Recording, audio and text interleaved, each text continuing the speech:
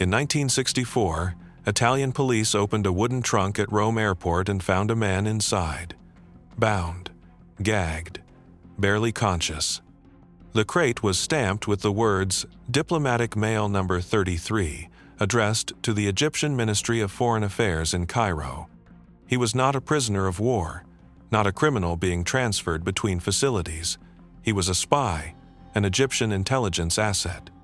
Recruited by Cairo, paid by Cairo, operating under a cover identity Cairo had built for him. Someone had drugged him, folded him into a purpose-built container with a small seat and adjustable head and foot supports, and tried to fly him out of Europe on a commercial airliner under the legal protection of diplomatic immunity. His name, as far as Egyptian intelligence was concerned, was Joseph Dahan, Moroccan national, 30 years old. Based in Naples for the past 10 months, conducting surveillance on NATO naval installations for his Egyptian handlers, he carried Egyptian papers, reported to Egyptian officers, drew an Egyptian salary, somewhere between $100 and $160 a month by his own later account to Italian police. He was, in the language of the intelligence trade, a controlled asset, a man who belonged to a service that fed him, directed him, and gave him a reason to exist in a city where he had no other business being. By every operational definition that matters, he was Egypt's man. But here is the detail that should disturb you more than the kidnapping itself. When Italian investigators examined that trunk, they concluded it had almost certainly been used this way before.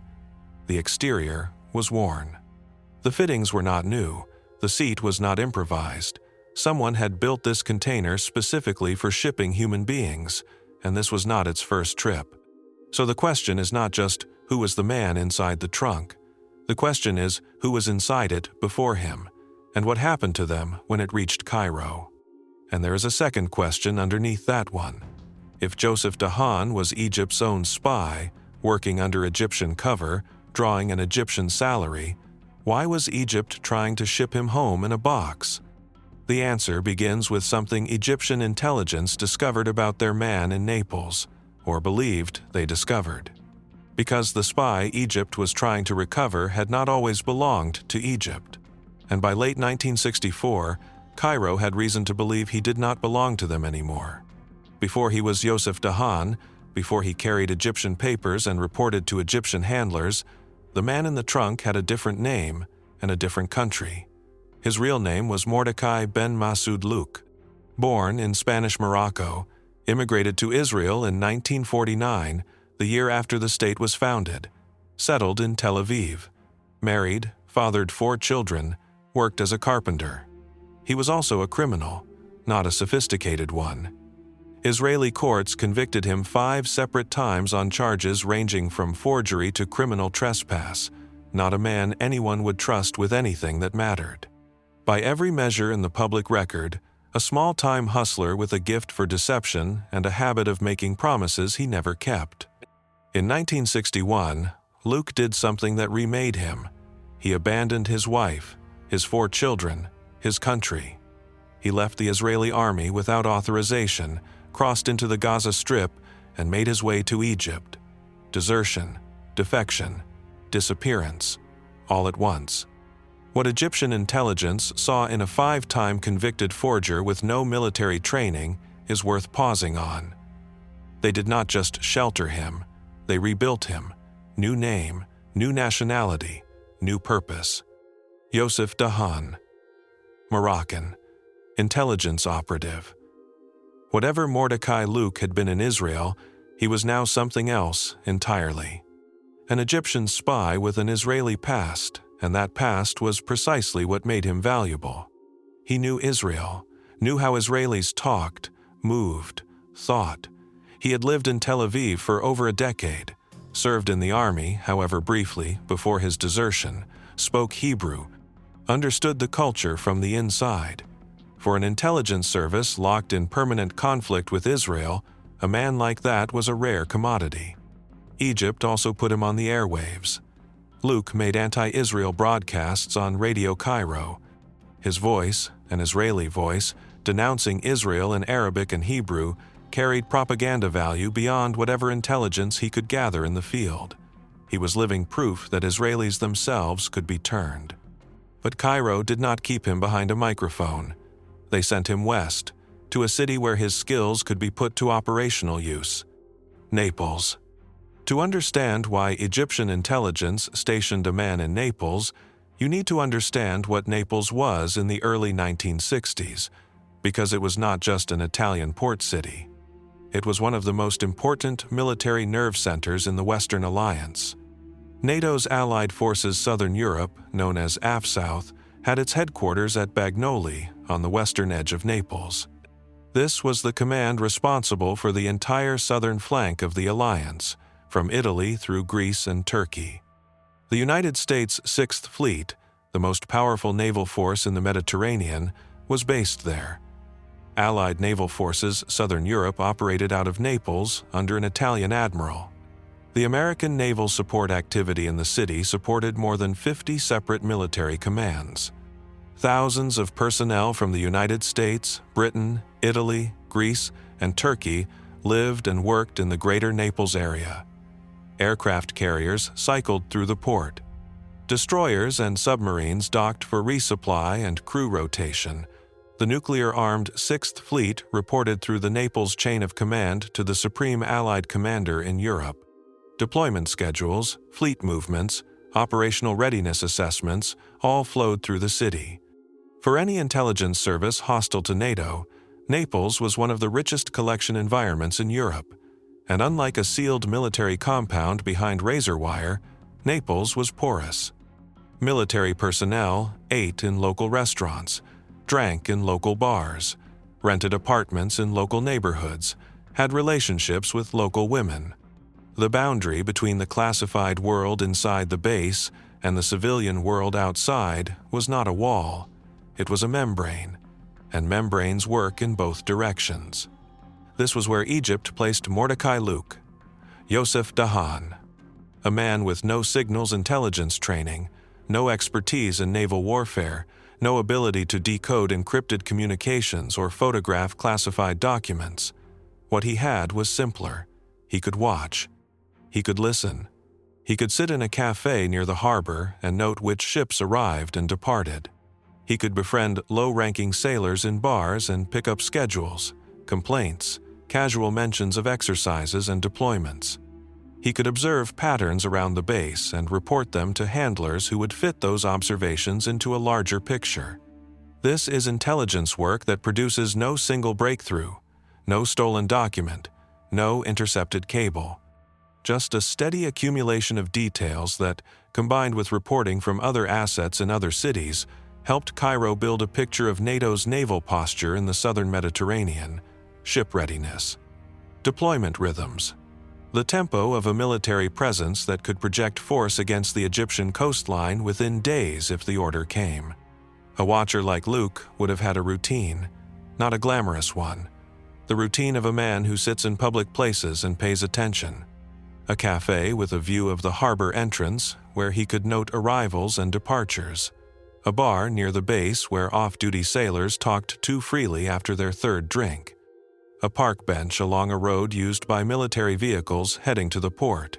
He would have noted hull numbers, estimated crew sizes, tracked which ships returned quickly and which stayed out for weeks. None of this required expertise.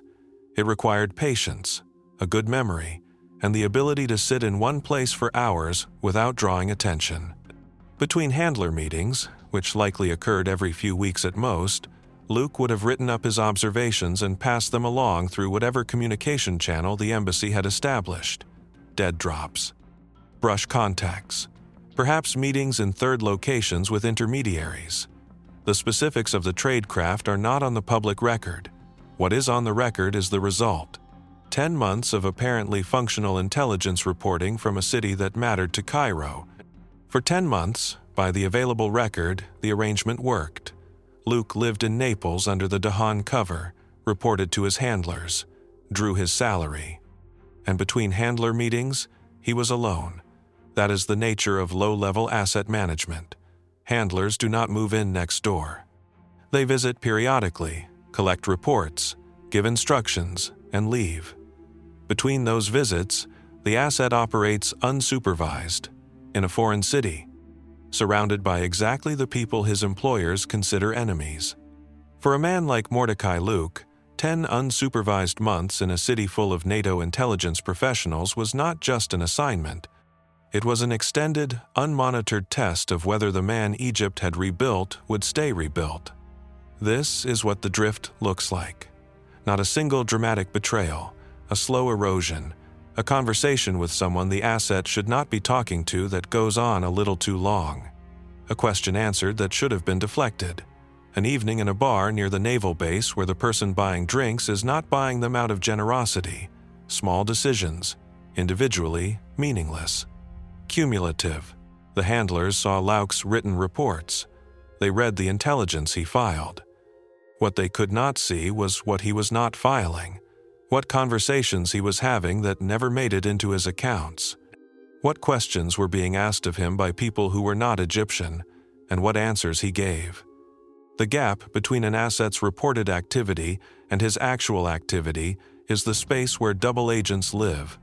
For 10 months, no one in Cairo could measure how wide that gap had become. 2 women in Naples later told police that Luke had promised to marry them both. One was a college student, the other a secretary. He had a wife and 4 children in Israel he had already abandoned. He was living under a false name, working for a foreign intelligence service, simultaneously running 2 romantic relationships under false pretenses. The man was not unreliable in the ordinary sense. He was constitutionally incapable of maintaining a single version of himself. Every relationship was a performance. Every identity was disposable. Every promise was a tool he used until it stopped working. Egyptian intelligence had placed this person at the center of one of NATO's most sensitive environments and trusted him to remain exclusively theirs. And then, sometime in late 1964, something triggered an alarm. What exactly is not detailed in any public source? Perhaps information Luke had access to surfaced somewhere it should not have. Perhaps a handler noticed an inconsistency in his reporting. Perhaps a separate source indicated that Egyptian operations in Naples had been detected. Whatever it was, Cairo was no longer willing to assume their man was still their man. Once that trust breaks, the clock starts. The suspicion, reported extensively in the aftermath by both the New York Times and Time magazine, was that Luke had become a double agent. That during those months in Naples, Egypt's spy had started talking to someone else. Who that someone was never got definitively established. Contemporary reporting noted that later accounts linked Luke to a Western European power. No country was named. Whether Israeli intelligence had re-established contact with their wayward citizen was never publicly answered. The suspicion was not irrational. Cairo had taken a man whose defining trait was betrayal, who had already abandoned one country, one wife, 4 children, and placed him in an environment saturated with professionals whose job was identifying exactly that kind of vulnerability. A convicted criminal with debts he could not pay legitimately. A defector who might have regrets about what he left behind. A man living under a false name in a foreign city, earning a pittance while the military personnel around him had salaries, stability, and the implicit offer of something better. If a Western intelligence service wanted to turn Joseph Dahan back into Mordecai Luke, the approach would not have required elaborate tradecraft. It might have started with a casual friendship. A man who spoke the right language, who showed up at the same bar, who asked the right questions with the right tone of sympathetic curiosity. Over weeks, over months, the relationship deepens. Confidences are exchanged. Perhaps the approach is never even made explicitly. Perhaps it is understood rather than stated. The Western officer knows what Luke is. Luke knows the officer knows. And the information begins to flow in both directions, without anyone ever using the word recruitment. That is how low-level assets are turned, not in dramatic confrontations. In quiet adjustments of loyalty that happen so gradually, the asset himself may not be able to identify the moment he crossed the line. And the problem with a suspected double agent is not what he has already given away. It is what he might give away tomorrow. Every day Luke stayed in the field was another day Egyptian methods and networks could be exposed to whoever was listening. Cairo's response was not to confront him. Confrontation carried its own risk. If Luke knew he was suspected, he might run. A man who had already crossed one border to defect could cross another. A running double agent, aware that he is burned, carrying knowledge of Egyptian operations across southern Europe, was a worse outcome than almost anything else. He could walk into an Israeli embassy, approach the Americans, sell what he knew to the highest bidder. They considered, presumably, the careful approach. Feed him controlled disinformation and watch where it surfaces, the textbook response. But the textbook approach requires time. And if Luke was actively bleeding information to a Western service, every week of patient testing was another week of damage. Cairo chose speed. They decided to bring him to Egypt, physically, by force, inside a container no customs officer could legally open. This decision reveals more about Egyptian intelligence's institutional mindset than any single piece of tradecraft in this story. They chose the option that was fastest and most decisive, but also the option with the narrowest margin for error and the most catastrophic failure mode. If it worked, the problem was solved in hours. If it failed, the problem was multiplied beyond anything the original breach could have caused. There was no middle ground. The decision also required trusting a method that had only been tested under favorable conditions. The trunk had worked before, apparently for Zaghloul Abdelrahman 2 years earlier. But past success in covert operations creates a specific and dangerous form of institutional confidence. The method is treated as proven. The risks are treated as theoretical. And the people tasked with executing it are given the impression that the difficult part has already been figured out, when in reality, the difficult part is whatever goes differently this time. They had done this before, and every previous time, it had worked. That sentence is the most dangerous sentence in intelligence work. Most accounts of the Rome trunk incident mention the next part in passing, a sentence near the end, a footnote. But the trunk did not come from nowhere. It had a history, and that history has a name. Lieutenant Colonel Zaghloul Abdelrahman. Rahman was an officer in the Egyptian army. He held a rank that, in any military, means access. Access to order of battle information, command structures, equipment inventories, deployment plans, training doctrines, the identities of fellow officers and their postings. Depending on his specific assignment, a lieutenant colonel might know details about Soviet military aid programs, about Egyptian war planning against Israel, about intelligence operations in neighboring countries. At some point in the early 1960s, Rahman defected. He left Egypt and made his way to Rome. The specific reasons are not detailed in the English language record. Whether he was ideologically motivated, personally compromised, or recruited by a foreign service before he left is not publicly known. What is known is what a defector at that rank meant for Cairo, not just an embarrassment, a crisis. Every day Rahman lived freely in a European capital was another day a hostile service could debrief him. Every week that passed increased the odds that whatever he carried in his head had already been shared with the Israelis, the Americans, the Italians, or all three. A walking, talking lieutenant colonel in Rome was a hemorrhage that would not stop on its own. Rahman settled into the city. He had a life there, or the beginning of one, an apartment, neighbors who knew his face, a routine. The ordinary scaffolding of a person rebuilding in a foreign capital after leaving everything behind. Rome in the early 60s was not a bad place for an exile. The city had a large international community, diplomatic staff from dozens of countries, political refugees, defectors from various regimes who had chosen Italy for its climate, its culture, or its proximity to the intelligence services willing to debrief them. A man like Rahman would not have been the only Egyptian in the city living a life that had been severed from its origins. What he did during his time in Rome, who he spoke to, Whether he was being debriefed by Italian intelligence or by any other service is not detailed in Western sources. But the logic of his situation makes the likelihood high. A defecting lieutenant colonel does not arrive in a NATO country and go unnoticed by the host nation's intelligence apparatus. Italy's military intelligence service would have had a strong professional interest in anything Rahman could tell them about the Egyptian armed forces. The Americans and the Israelis would have had an even stronger interest. Whether formal debriefings took place or whether contact was more informal, Rahman's presence in Rome represented an ongoing intelligence opportunity for the West and an ongoing hemorrhage for Cairo. And then he vanished. 1962. No departure record from Italy. No evidence of voluntary travel. No note. No phone call. No farewell to anyone whose account has ever reached the public record. He was in Rome one week, gone the next.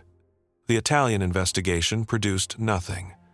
A man living in a European capital under his own name does not simply evaporate. People have landlords who expect rent, neighbors who notice silence, mailboxes that fill and overflow.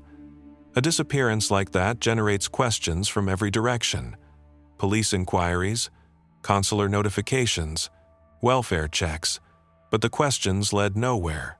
No body. No witness. No airline or train company or shipping line with any record of carrying him. He ceased to exist on Italian soil, and no mechanism for that cessation could be identified. Consider what that silence meant for anyone connected to him. If Rahman had contacts in Rome, people who had helped him after his defection, perhaps fellow exiles, perhaps a woman, they received nothing. No explanation. No closure. Not even the grim certainty of a confirmed death. Just absence. An open wound that could not heal because it could not be understood. For the Italian authorities, it was a dead end they could not resolve and eventually had to shelve. For any intelligence service that had been debriefing Rahman, his disappearance was a different kind of signal entirely. Someone had removed him, cleanly, without leaving a single trace. That kind of capability implies a state actor with diplomatic infrastructure in the city and a method for moving a human being across international borders without passing through any checkpoint that keeps records. Rahman reappeared months later, in Egyptian custody, facing trial. How he got from Rome to Cairo was never officially explained. Italy had no record of his departure. Egypt offered no account of his arrival. The gap was blank. 2 years later, Italian police opened a trunk at Leonardo da Vinci Airport and found Mordecai Luke inside, and the trunk told them everything they needed to know about Zaghloul Abdelrahman. The crate was Italian-made, from a commercial line discontinued years earlier. The interior held a custom seat with adjustable foot and head supports. Not crude, engineered. Someone had thought carefully about how to keep a sedated person positioned upright, without slumping, without the head rolling in a way that blocks breathing. The design had been tested and refined by people who understood the constraints. And the exterior was worn, the kind of wear that accumulates over years. Police stated publicly that the trunk had almost certainly been used this way before. The connection to Rahman was immediate. An Egyptian defector vanishes from Rome without a trace in '62. 2 years later, a trunk designed to ship human beings is intercepted at the same airport, operated by Egyptian diplomats, using the same diplomatic mail channel, bound for the same destination, same method. Same route, same box. For Egyptian intelligence, the Rahman extraction was proof the method worked. And proof of success is the most dangerous thing an intelligence service can have because it breeds confidence. It replaces the instinct to question with the assumption that what worked before will work again. The trunk became part of the operational toolkit, maintained, stored, ready for the next time someone needed to disappear from Italian soil, until the night they used it for Mordecai Luke. The 2 men assigned to execute the extraction were Abdel Monaim el-Nekloui and Selim el-Sayed, both first secretaries at the Egyptian embassy in Rome. both, by any reasonable interpretation, intelligence officers under diplomatic cover. According to what Luke told Italian police, he was lured to a meeting at the Café de Paris on Via Veneto. By his account, he went voluntarily, wanting to renegotiate his salary. He was given a drink. That drink was the last thing he remembered before waking inside a wooden box in the cargo area of an international airport. Egyptian intelligence had roughly 8 hours to move him from that cafe to the hold of a Cairo-bound airliner before the sedation wore off. Every minute depended on one variable no intelligence service can control: whether the plane would be on time. After drugging Luke, they drove him to the embassy on Via Salaria, one of the oldest roads in Rome, a route older than the Roman Empire itself. Once inside those walls, Egyptian sovereign territory. Italian law could not reach him. Italian police could not enter without permission. This was the protection that made the method work, not the trunk, not the tag. The embassy itself. It was the staging ground, the preparation room, and the last place Mordecai Luke existed as anything resembling a free person. Inside, Luke was kept under heavy sedation. By his later account and the medical assessment after his rescue, the operational window was unforgiving.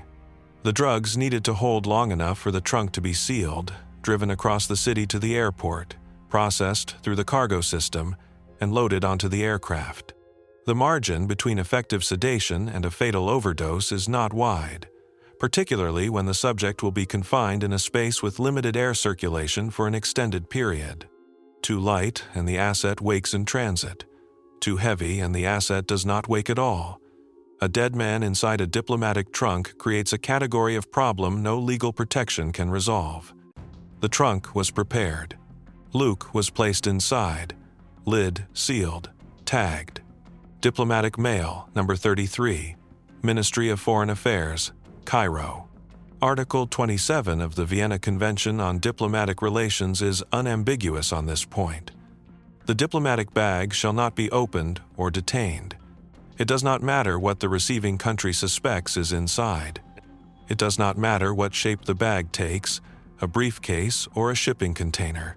As long as it bears the proper markings, it is inviolable. Egyptian intelligence had built their extraction method on this single article of international law, and on every documented previous occasion, it had held. But the convention protects a bag from being searched. It does not protect it from being heard. The law creates a legal shield, not a physical one.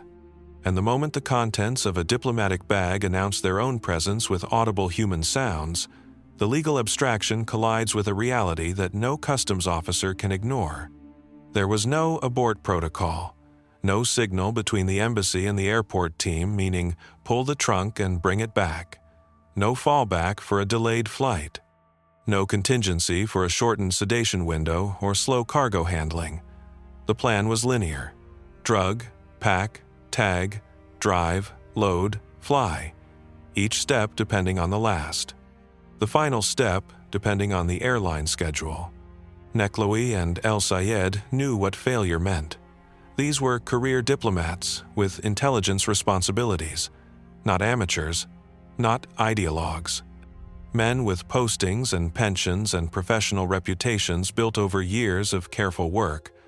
They understood that if this went wrong, their careers were finished, their covers destroyed, the embassy exposed, and Egypt's intelligence presence in Italy opened up for the international press and every hostile service on the continent. They knew all of this, and they proceeded, because the order came from Cairo, because the method had worked before, because stopping meant explaining to superiors why a suspected double agent was still free in Naples instead of sitting in an interrogation room in Cairo. The question most accounts never ask is whether either of them hesitated, whether someone checked the flight board before the trunk left the embassy, whether there was a moment in the car crossing the city with a man in a box in the back when one of them looked at the other and said nothing but thought everything. We do not know. There is no evidence of doubt. But these were experienced men moving an unconscious person through one of the busiest airports in Europe and the idea that neither felt the margin's thinness does not survive scrutiny. The trunk arrived at Leonardo da Vinci Airport in the back of a Volkswagen truck, driven from Via Salaria across the city to the airport on the southwestern outskirts of Rome, roughly 40 minutes depending on traffic. 40 minutes with a sedated man locked in a crate in the back, breathing through whatever gaps existed between the planks. At the airport, the process worked as designed. Trunk presented to customs, tag confirmed, diplomatic mail. Customs officers looked at the designation and waved it through. No inspection, no questions, no delay. This was the moment the operation should have felt safest. The legal shield had held. The hardest checkpoint, the one where a suspicious officer could have demanded documentation beyond the tag, was behind them. From here, the trunk needed only to reach the cargo staging area and be loaded onto the Egyptian airliner. But the plane was not there. Delayed. By how long is not consistently reported.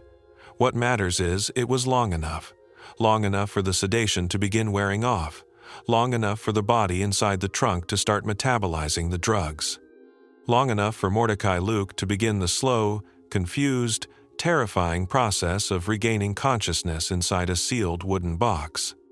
The trunk sat in the cargo area. Nekloui, El Sayed, and a third Egyptian, whose role appears to have been airport logistics, waited nearby. For some period, nothing happened. The trunk was quiet. Normal cargo operations continued around them. Porters moved luggage and freight. This was the false release, the dangerous moment where the delay appears survivable, where the men standing next to that trunk could tell themselves the sedation was holding, the flight would arrive soon, the margin was thin but sufficient.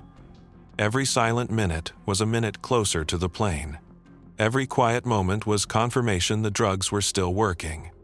It is possible one of them checked the trunk during the wait, listened at the wood, put a hand against the side to feel for movement. It is possible they heard something faint, a shift in breathing, a slight movement of weight against the built-in seat, and told themselves it was nothing, settling, not waking, cargo noise. That judgment, if it was made, was the last moment the operation could have been saved. What should have happened the instant there was any sign of fading sedation was an immediate abort. Pull the trunk off the cargo line, back into the Volkswagen, back to the embassy. Resedate and try the next flight, or abandon the extraction entirely. But abort meant overruling Cairo, making a decision no one had authorized, admitting failure to superiors who had decided this extraction was worth the risk. And so they stayed and waited. And the drugs continued to metabolize in Mordecai Luke's bloodstream. The first sound was likely not a shout. A man waking from heavy sedation does not scream. He groans, shifts, tries to move limbs that are bound and finds he cannot, tries to open his eyes and sees nothing because the space is sealed. Confusion comes first, then disorientation, then slowly the understanding that something is profoundly wrong, that he is not in a bed, not in a room, that the surface beneath him is hard and shaped and the air is close and stale. The moaning started. Faint at first, the kind of sound that could be mistaken for something mechanical if you were not listening carefully. Wood creaking, cargo vibrating, background noise in a busy airport. A porter heard it, a civilian airport worker with no connection to any of this. He heard a sound that did not belong and stopped what he was doing. Nekloui and El Sayed moved toward the trunk, not away, toward. They grabbed it, started pushing it back to the Volkswagen truck. Their instinct was not to create distance between themselves and the compromised cargo. It was to recover it, to physically remove the evidence before anyone could process what they were hearing. The third Egyptian tried to manage the situation with words. As customs officers and police began approaching, as the porter's alarm drew attention from the people around him, this man offered an explanation. He said the trunk contained musical instruments, that the sounds were coming from accordions still filled with air. Accordions. That was the cover story they had prepared or improvised. That the muffled human sounds coming from a diplomatic crate bound for Cairo were air escaping from accordion bellows. It bought no time at all. The sound from inside the trunk was not a mechanical wheeze. It was a voice, muffled, desperate, growing louder as Luke fought his way out of sedation toward full panic. The porters, the customs agents, the police officers now converging on the scene could all hear the difference between a musical instrument and a man begging for help. The two diplomats got the trunk into the Volkswagen, got in the vehicle, drove, away from the loading area, away from the gathering crowd, away from police officers shouting at them to stop, across the airport, tarmac, as if putting enough distance between themselves and the cargo area could reset the situation to the moment before the porter looked up. Italian motorcycle police followed. The pursuit was short. A Volkswagen is not built for escape, and an airport perimeter is not terrain where a fleeing vehicle can disappear. The police caught the truck within minutes, stopped it, pulled the two diplomats out, and opened the trunk. Mordecai Luke, bound at the wrists, gagged, eyes unfocused from residual sedation, breathing, alive, looking up at Italian police officers who were looking down at a man inside a crate stamped diplomatic mail at one of the busiest airports in Europe. Egypt's spy. The one they built from a defector. The one they no longer trusted. Now in the hands of Italian authorities. And about to start talking. The damage began before the trunk was opened. The moment the Volkswagen fled across the tarmac, the embassy lost the narrative. Workers saw the chase. Officers heard the sounds. Police watched two diplomats try to remove cargo that was making human noises. Both were released that night under immunity. Diplomatic immunity is absolute in cases like this. Italian police had no legal authority to hold accredited foreign officials regardless of what they had been caught doing. Both walked out, returned to the embassy, technically free, practically finished. Next morning, Italy declared them persona non grata, ordered out of the country. Their diplomatic careers ended that day. Not just in Italy, everywhere.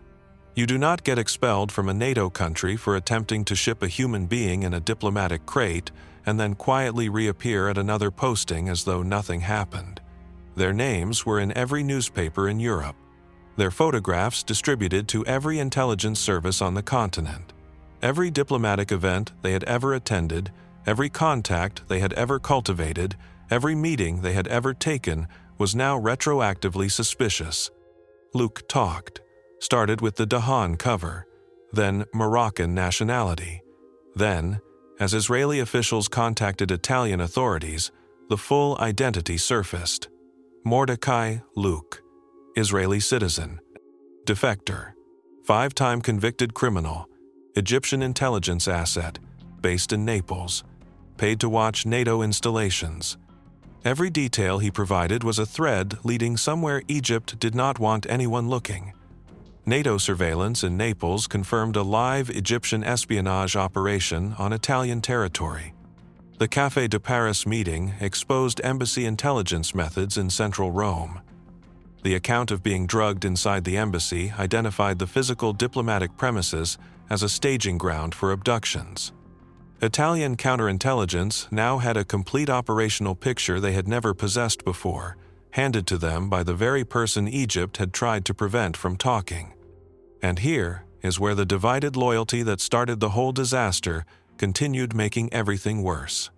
If Luke had been turned, if the suspicion driving the extraction was correct, then the failed containment handed Egyptian methods directly to the people Cairo was trying to protect against.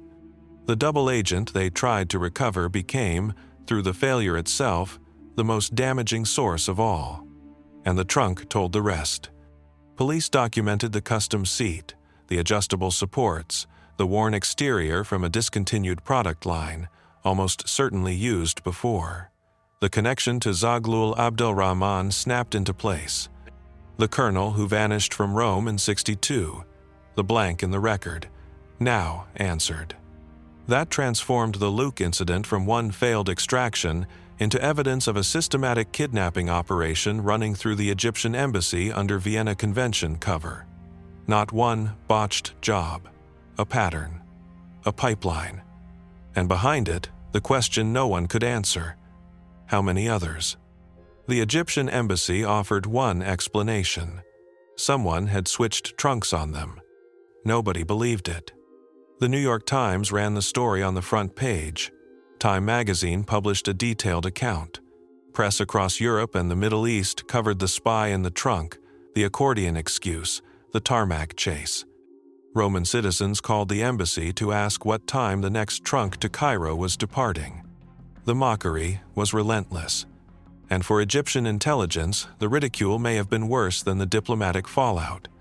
A service can absorb a failed operation. What it cannot absorb is becoming a punchline. The accordion excuse entered the permanent vocabulary of intelligence disasters, shorthand for a cover story more absurd than the truth it concealed. The Vienna Convention itself came under renewed scrutiny after the incident. The Luke case joined a growing catalog of documented abuses where the legal inviolability of diplomatic communications had been exploited for purposes that had nothing to do with legitimate diplomatic correspondence. Article 27 still stands. Diplomatic bags remain technically protected from search and seizure. But the Rome trunk changed how customs officers in international airports looked at oversized diplomatic cargo for years afterward. Not a change in law, a change in instinct. The trunk had proved that the protection designed for courier pouches and document cases could be extended, in theory, to a container large enough to hold a grown man. And once that was known, every large diplomatic shipment passing through a European airport carried a faint shadow of suspicion it had not carried before. The international headlines faded. The trunk went into evidence. The diplomats left Italy. The press moved on.